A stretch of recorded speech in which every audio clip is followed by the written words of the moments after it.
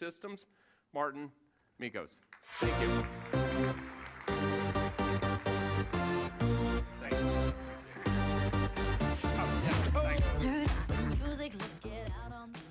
So hello everybody, thanks for inviting me here. I think the $1 billion that Sun paid is a testament to the value of open source and the value of building very strong communities, and it also shows that that's where the whole world is going. And that's what I'm here to do today, to talk to you about how the whole world is going online, how in order to build that you must be open. There's a new definition of openness that works in the new infrastructure. And I'm an infrastructure guy, so I'm deep down in the plumbing.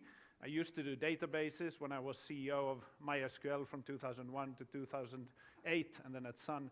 And now I'm in the cloud infrastructure, so still deeper in the infrastructure. But it is the same logic and the same analogies that work deep down and all the way up to the e-commerce level, to the Magento platform, and all the way out to the mobile phones and the consumers and the buyers out there. So I always start by asking how many use MySQL, and I'm not the CEO anymore, but I love that product. So could I ask it anyhow? How many MySQL users do we have? Excellent, a majority. And how many here are cloud users? Use Amazon or something? Very good. And is there anybody here who has heard of eucalyptus? Other than as a tree? Excellent, thank you. So Eucalyptus Systems is the leading independent private cloud platform today. It's an open source platform. You can download it, you can get going. I'll get back to cloud computing a little bit towards the end of my presentation. But I'm here to talk to you broadly about open source and open source in the infrastructure and what I think it means for you and for the whole world. So where is this world heading, really?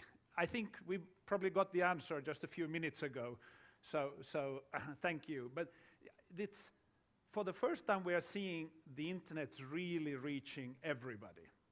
And we had the internet revolution in the 90s, we had open source coming a few years later, we had Web 2.0, and we thought, every time we thought it was the biggest thing since sliced bread. I think it's only now that we really can get all the way with the online vision, the vision that everything is online, everything is connected, and nearly every human being is connected to each other one way or the other. We now have about 240 million internet users in the United States, but that's nothing compared to the number of mobile phone users in the world, which is 15 times bigger, over 3 billion. And it's just a question of an upgrade of the phone, and they are on the internet. There's so much mobile phone now that I read somewhere that in Bombay, anybody living there, they're more likely to have a mobile phone than access to a toilet. So that's the mobile phone penetration that we have today. And it is really changing the way people interact and people transact with each other. So for this reason, the human interaction is moving online. And there are many things that will not move online and some things that cannot move online. So the physical world will continue to exist, but there are very few such things. Because we learn things online, we are social online, we communicate online, we teach online, we preach online, we buy, we sell. We can do nearly everything online, and it's very convenient now to do that. And it is changing the behavior of mankind, while in some sense it isn't. Meaning, when we say everybody is becoming social now. We were social 1,000 years ago. We were very social, and we had all the same. We had a Facebook, but the Facebook was our little village or the people around the fire. So the difference now is that the social aspect has no physical limits. There was a time when the only one you could be friend with was your brother because there was nobody else around you, especially in a remote place like Finland, where I'm from, where people lived far away from each other. And there were very few you could get married to because there weren't that many people. There were very few you could share a hobby with because there just weren't that many. Now you can always find the right match. If you have some obscure interest or hobby, you will find every single human being who has the same interest, and you can share it instantly over the online network, the web and the mobile network. And this means that there's more stuff happening, there are more devices to connect to, and things happen faster. It's more ad hoc. And when that happens, And this is why I claim that open source and openness is so important. When you get into these ad hoc relationships, it's very important to establish trust quickly. Because again, 1,000 years ago, you could establish trust over some time. You could wait 10 years to see how your neighbor behaved before you decided to interact and transact with him. But today we do it in a split second. We meet new people and we immediately need to know whether we can trust them. And you, as partners of Magento, you need to know that you can trust their platform. And your customers need to know that they can trust you. And this is where openness plays such a unique and powerful role, because that's the fastest path to trust creation between two human beings, or even between two connected devices. I don't think it's limited to human beings. So you need to get the trust to be established quickly and broadly, and with open source you do it. Open source traditionally was called free software, and it was software that was always free, never could be closed, was distributed to everybody. Today, as we're moving into the cloud, openness takes a new form. First of all, although back 10, 15 years ago, we all dreamed of a world where every single line of code would be open, well, it didn't really happen that way. The bad news is that we still today have closed source software. The good news is that today we have open code, open source code, we have open APIs, we have open data, and those are becoming as vital as the source code that originally was open. So if you go back to the free software movement, it was absolutely vital in making all this happen, but now the concept has broadened out there, and I think as pragmatists we have to come to realize that not everything will always be open. There's always somewhere a little bit of closed source code, and it doesn't necessarily make it a bad piece of code or a bad company or a bad organization. So open, in my view, needs to be taken in a very broad sense, just as the word contribution. People always at MySQL ask us, how many contributions do you get? And we said, if somebody complains, that's a contribution. Because when somebody complains at you, they are showing passion. They are saying, I would love to love you, but right now I cannot. And it's vital when you build communities that you have that openness and you have the thick skin to listen to all that complaint. And I've listened to so much complaint in my life, so I think I'm nearly immune now to all of that. And that's openness, that's contribution. So like I said, openness can be in open code, open APIs, which is very important, open standards, open data, which is huge. We're talking about social networks, we're talking about 500 million people on Facebook. What if you would like to leave? Can you do like you do with your bank? You go to your bank and say, I would like to withdraw all my money. Can you do that with your data? And in some places you can, in some places you cannot. So this will determine success for some players, because I happen to believe in an odd way that openness is, or the lack of lock-in is the ultimate lock-in. Meaning, why do we put our money in the bank? Because we know we can take it back. If they would own it, we wouldn't put it there. But with our information and our social stuff and our e-commerce life, we are still donating it to the vendors out there. And I think the world will come to realize that it needs to be open, that the most successful vendor will be the one who does like the banks, has the ability to provide it back to you if you really need to leave.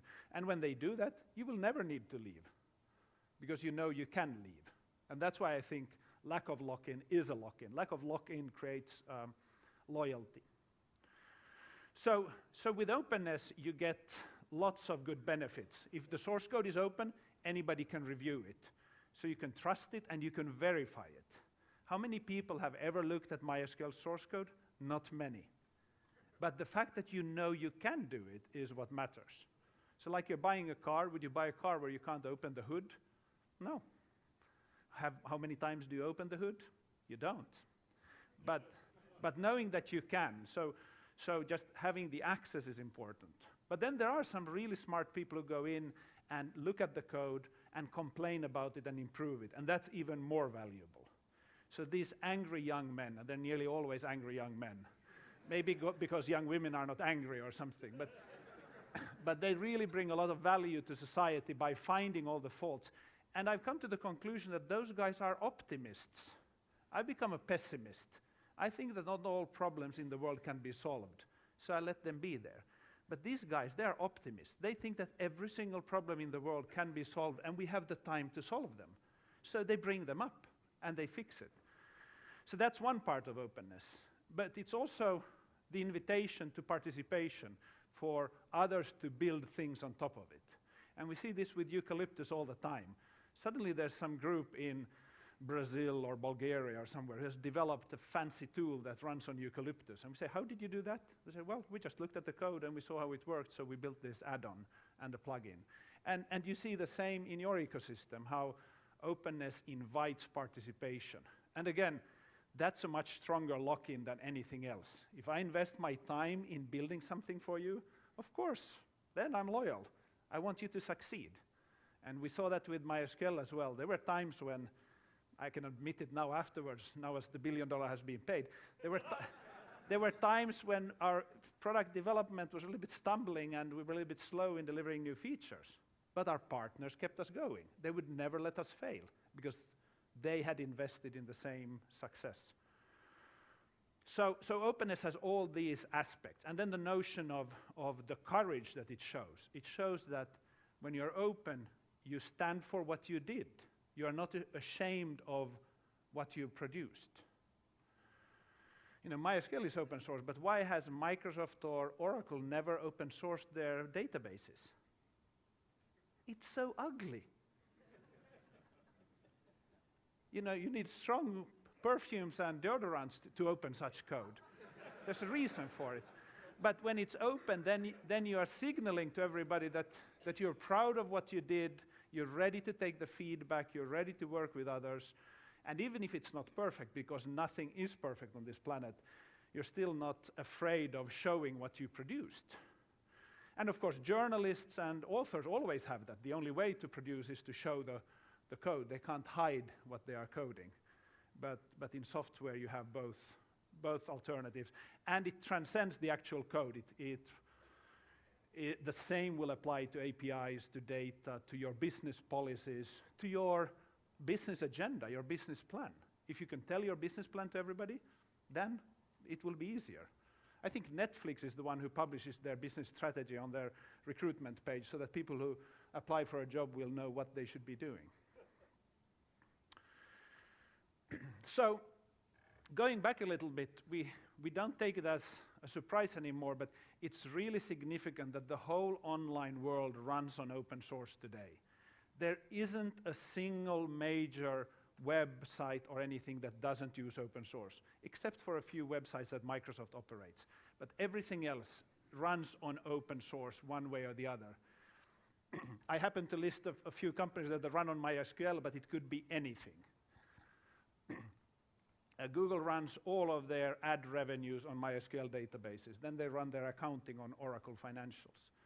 But the meaning of this is that these are the best practices. This is the leading edge of technology. This will move from there over to all aspects of business. And this is why it's so great to be here at your users conference, because for the first time we are seeing the openness go all the way into e-commerce and business, and an area where you could say, who cares here about openness? I mean, e-commerce is not about the geekiest geeks. It's about transactions and business and a business front. But I can see that it's an important part of the strategy, and it's a fantastic thing to note how the openness has spread from the really deep plumbing, the operating system, the database, the middleware, all the way out to commerce like this. And these are just massive, massive players, and they are setting the trend for the rest of the planet. And this goes hand in hand with a certain consumerization, which is also happening, where previously CIOs decided what software to use, but today it is consumers deciding it. So there's a consumerization of decision making, and consumers pick the Firefox browser because they can. And whatever the CIO says, they will still use the Firefox browser. They'll buy phones with the Android operating system. So they are picking the open source, the open and the open source alternatives, and there's nothing a big corporation can do. The big command and control function that we spent hundreds of years building up through military and colonial powers and all of that, it's now breaking down, and it's becoming more open and the walls are breaking down, and decision making is happening in social interactions more than ever before. And then if you look at e-commerce, the same thing there. All of these players use open source as a fundamental building block in what they do. And again, you can say, what do you care, because you just use their API or their service. But the fact is that this is why it works, because you know you can trust them, you know that they will get help whenever they need it, because there are millions of people who are passionate about a certain driver or operating system feature or memory handling or something. Because we're getting every single developer on this planet, and maybe there are 50 million developers already on the planet, they can all focus on the same problem and solve it very, very quickly. I was glad to see that Magento is developing and getting out with a mobile solution, because this will change the behavior completely. The fact that we now have 3 billion people with mobile phones, and how many are we on the planet? 6 or 7? So every second human being already has a mobile phone, and very close to providing internet to all of them. And it can be people in a densely populated, highly developed place where they have phones and iPads and iPhones and laptops and desktops and all those machines, or then they're out in a place where there's no electricity, no sewage, no toilets, but they do have a mobile phone. And it enables them to transact their business quickly without consideration to time and space. They can be anywhere, and it can be any time. And this will change this, like we saw the sliver of 4% of commerce now happening online. A reason that it isn't bigger is that it isn't available all the time, but through the mobile phone or the smartphone, it is available anywhere, anytime, and you can do it exactly when you need it and how you need it.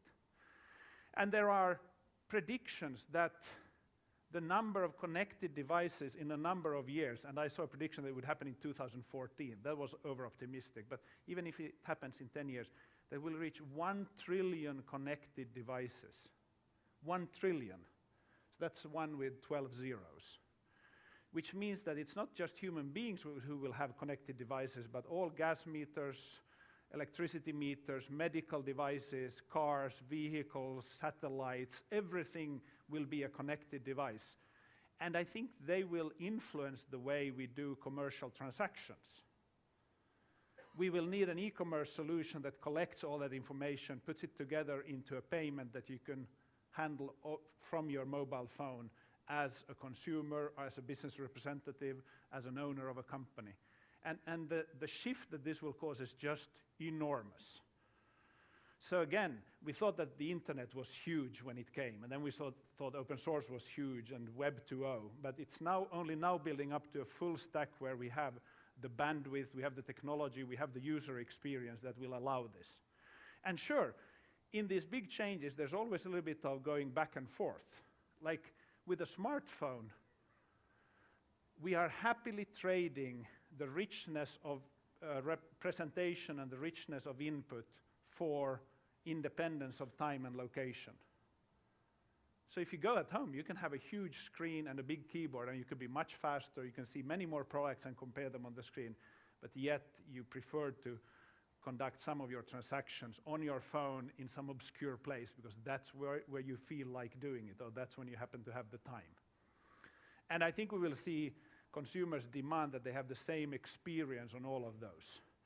So on the smartphone, maybe you can compare 1 product or 2 products at a time. At home on your screen, you'll compare 50 with them, but the system behind, the cloud behind, needs to remember the state and welcome you in whichever way you interact with the company. So the underlying infrastructure here is all open source in most of these solutions, and there are some of the more famous open source products, the languages, the middleware, the cloud platforms, the operating system, and the hypervisor. And my point with this slide is that we are seeing a shift in the underlying infrastructure from top to bottom. There's a shift on every single layer. And it doesn't necessarily look like a shift, but it is significant. Again, thinking about databases, MySQL always had the problem of not being able to scale up. It didn't run very well on Sun's massive hardware, but so it had to learn to scale out. Today, as we build cloud solutions, everything must scale out. Everything must be distributed computing from the get-go. That's why we need the hypervisors to split servers into smaller pieces, and then we need the cloud platform to tie it all together so that you can provision any compute resource to any service or application at any time. And if we don't do that, if we don't change the stack into a cloud-based stack, we can never serve 1 trillion connected devices. Those 1 trillion connected devices would need so many servers that there would be no room for human beings on the planet anymore.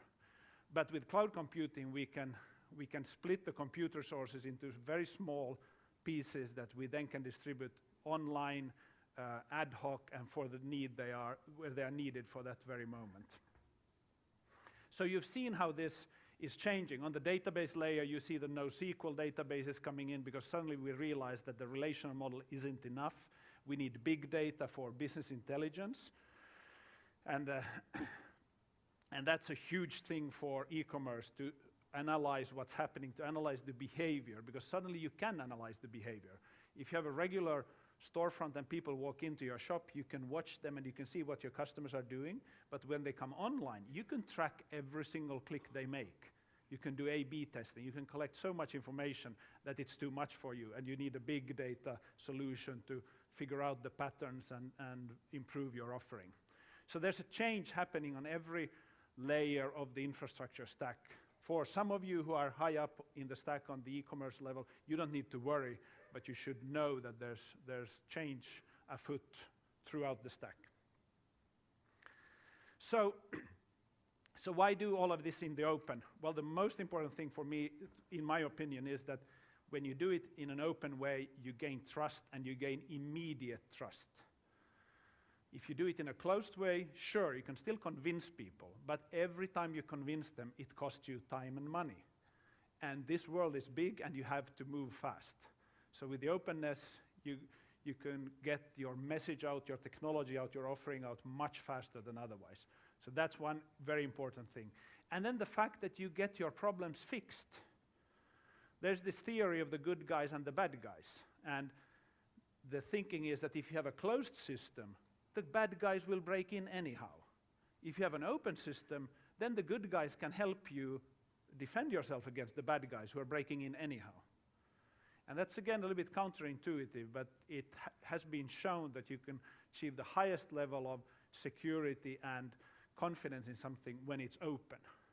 And I saw that once a long time ago when I traveled in Jaipur, in India, and went to Jaipur, and they had a temple for negotiations, which had no walls. And I said, why don't you have walls if this is for secret negotiations? And they said, well, it's obvious. Nobody can eavesdrop because there are no walls to stand behind. You see everybody if they come close. A little bit similar thinking around openness in code and in what you do, that you actually get more secure and safer systems through an open approach. So from there, let's go into cloud a little bit. This gets a little bit more technical, but I'm not very technical, so don't worry. So why do you need cloud? Why is there a need for a new software layer in the infrastructure stack? Don't we have enough already? Well, there's a simple explanation to it, and that is if you have bursty workloads or if you have transient applications that come and go, then a cloud platform is the best way to redistribute the resources exactly where you need them. Because absent a cloud, you will have every single server or every single virtual machine dedicated to a specific use. You go into a data center and say, here are the servers that serve our ERP system, here's our website servers, here are servers that do this, and they've split it up so that every server is dedicated for a specific use. With a cloud, you get the benefit of sharing the load. So if on Fridays you have a huge load from consumers using your web storefront, then you can put resources to the use of your e-commerce application. And on Saturdays and Sundays, if people do nothing, you can run business intelligence on that same compute power. So that's what the cloud platform does. It connects your compute resources to whatever need you have for the time being. Cloud is typically divided into 3 layers. We talk about software as a service, platform as a service, infrastructure as a service. Eucalyptus is infrastructure as a service, so we're deep down in the plumbing. And there you talk about public clouds and private clouds. So in public clouds like the Amazon Web Services, you get, and I'm sorry for the typo there, economics of accessibility, meaning it's very accessible, it's very easy to get to, you need no investment, you just get going, you have it there. Private clouds, meaning running a cloud in your own data center, on your own servers, typically give you economics of sustainability, meaning for long-term sustainable use, that may be your choice. But it's a funny situation because we say that the promise of the cloud is that you need no hardware of your own. And yet one of the biggest drivers in cloud computing today is private clouds, where companies say, I like the whole notion of cloud, but I still want to run them on our own machines. And that's what Eucalyptus does. So what's worth knowing about us is that it's a private cloud platform for enterprise use. So it's software we deliver to companies like yours, bigger ones, smaller ones. We use the same API as the leading public cloud provider, Amazon. So it's the same API. You can move applications from Amazon to Eucalyptus, from Eucalyptus to Amazon. The same tool works. We support all major hypervisors. You can be on VMware, KVM, Zen. And it's an open source product and has the largest installed base of all cloud platforms in the world because you can download it and use it. And do we have any users of Eucalyptus here? Not yet? Okay. I'll ask the question next year again. So that was a quick introduction to cloud. So in summary, the number of connected devices that we see now is what really is driving the changes in our business environment. And you can say that behind that it is demographics driving it. And wise people have said that it is always demographics that drive big businesses. So human beings are increasingly using connected devices, small or large, to interact and to transact. And they are letting those devices be attached to everything and anything, and that's how we will end up having 1 trillion connected devices at some point. So there's a need for a huge infrastructure to serve all those needs, ad hoc, whenever they need them. We don't know when they will need the service, how much they will need, where they will be. We just have to have the bandwidth ready, the computational power ready, the storage ready, the networking ready, everything ready for them, and we need to dynamically shift it so that we can serve them well. Because the worst thing is to have people waiting in line, either physically in line, like we saw, or virtually in line because the website or the service cannot keep up with the load. And I believe that being open about it, open source, open APIs and open standards is the only way to create a platform that is trustworthy enough that people can trust instinctively all over the world and that can spread on its own. Sure, again, we can sell it by promoting it and doing expensive marketing campaigns, but who has the time for that and who has the money for that in these days? And I think that it's only a cloud infrastructure that ultimately can provide the required elasticity, the ability to spin up, spin down, up, scale down, and make sure that there's compute resources available whenever you need them. And of course, you can go to a public cloud, like I'm sure many of you do, let Amazon run everything for you, and you never need to worry about resources and whether you have enough of them. And that will be a huge market. And for some, there will be a private cloud market where they have a desire to running it in-house within their own firewall under their own control. So with that, thanks for listening to me. Good luck with your business. This is an amazing conference, and thanks for inviting me.